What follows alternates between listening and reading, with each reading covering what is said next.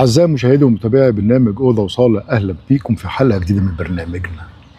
في الحقيقة النهاردة الحلقة هتكون مختلفة. الحلقة النهاردة هتكون بعيدة عن الديكور والفن عموما، ولكن هو موضوع مهم جدا. عنوان الحلقة النهاردة: من تدخل فيما لا يعنيه سمع ما لا يرضيه. عنوان الحلقة النهاردة: من تدخل فيما لا يعنيه سمع ما لا يرضيه. وعنوان النهاردة يعني يا ريت كل واحد يخليه في حاله علشان تنجح. لازم تكون في حالك، بص لنفسك بلاش تبص لغيرك. خلوني النهاردة أنا محتاج أحكي حكاية حصلت معايا أنا شخصيا، مش مع حد تاني. من الحكاية دي دايما أنا بقول للشباب: بص اللي بتعمله وحب اللي بتعمله، وابعد عن الطاقة السلبية تماما. مالكش دعوة بالطاقة السلبية، أي حد يديك طاقة سلبية ابعد عنه. ليه؟ لأن في ناس كده، في ناس بتحب تنقل الطاقة السلبية، في ناس بتحب خليني أقول تحطم اللي قدامها، عايزة. في ناس عندها نقص كبير جدا، بالتالي عايزة، شايفة ان هي احسن من اللي حواليها، وعايزة تحسس للي حواليها ان هم اقل منها. علشان كده دايما بقول مالكش دعوة بالناس الناقصة، مالكش دعوة بالناس اللي شايفة الناس اقل منها، لان انت عشان تشوف الناس اقل منك يبقى انت ناقص. علشان الناس تشوف الناس ان انت ناجح وهم فشلة يبقى انت اللي فاشل.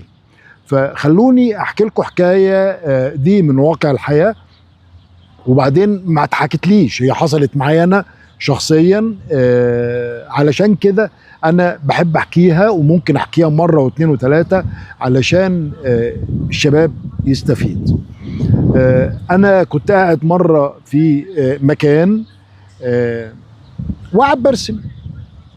في الوقت ده انا كنت ابتديت ان انا ارسم. القصة دي بقى لها حوالي سنتين. ابتديت ان انا ارسم.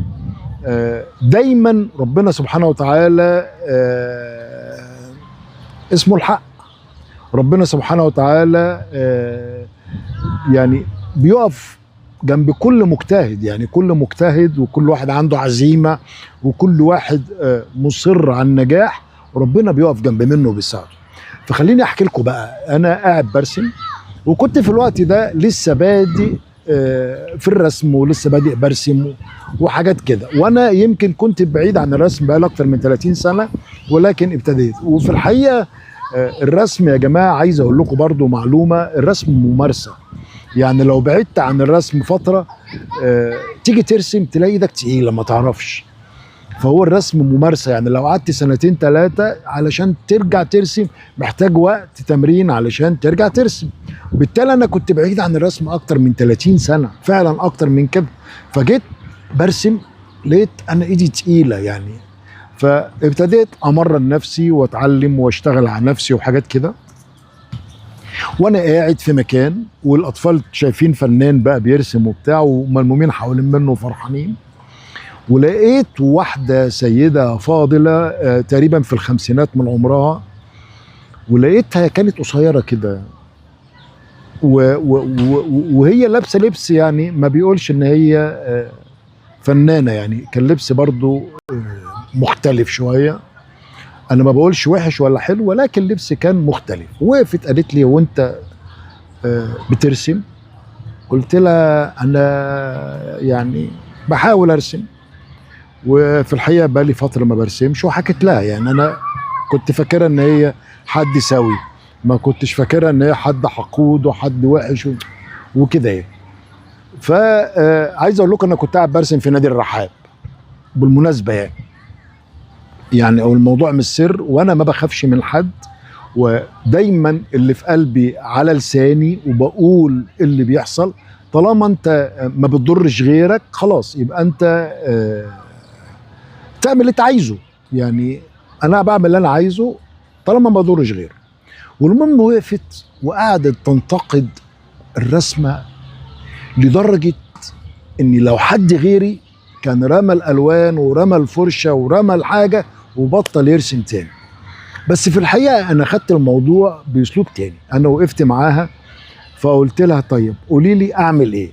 قالت لي انا عندي اكاديميه هنا في الرحاب وبعلم الرسم وتعالى وبتاع. في الحقيقه انا قلت لها ماشي، انا ما عنديش مانع. وهم ساعتها قلت لها ده حد قال لي ان الدكتور مراد درويش بالاسم كده، يعني حد شاطر ودكتور في الجامعه وانا ناوي اروح له.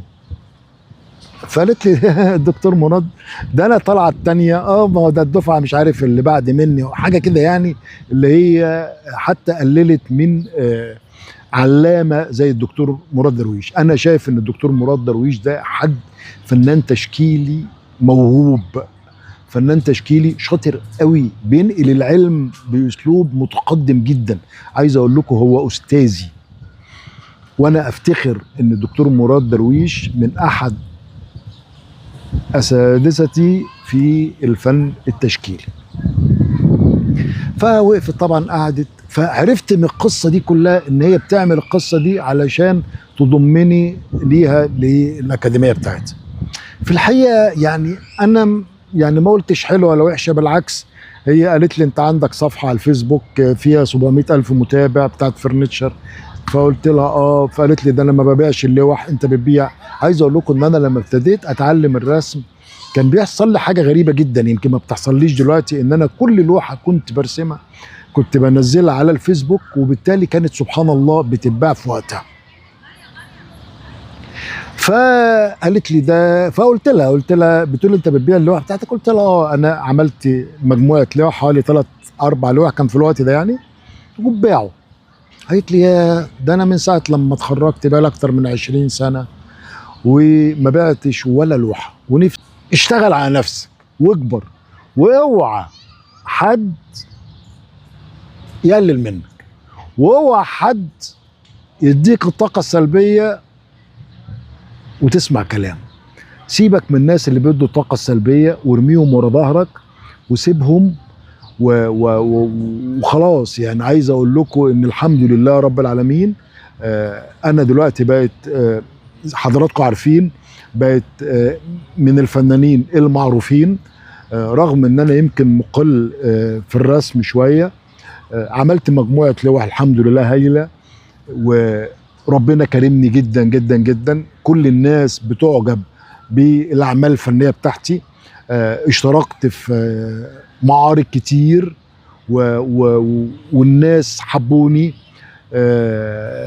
ابتديت دلوقتي انا بدعم كل حد بيعلم الرسم، ببعت له لو يعني الناس كتير بتتصل بيا وتقول لي انا عايز اتعلم الرسم، ببعت لكل حد حسب منطقته، لان بقى عندي قاعده عملاء او قاعده فنانين تشكيل زملاء كتير جدا واكاديميين. وانا بشكر الدكتور مراد درويش مدرس في كليه فنون جميله، وبشكر استاذي الدكتور امير سليم برضو من الحد اللي انا استفدت منه جدا جدا جدا.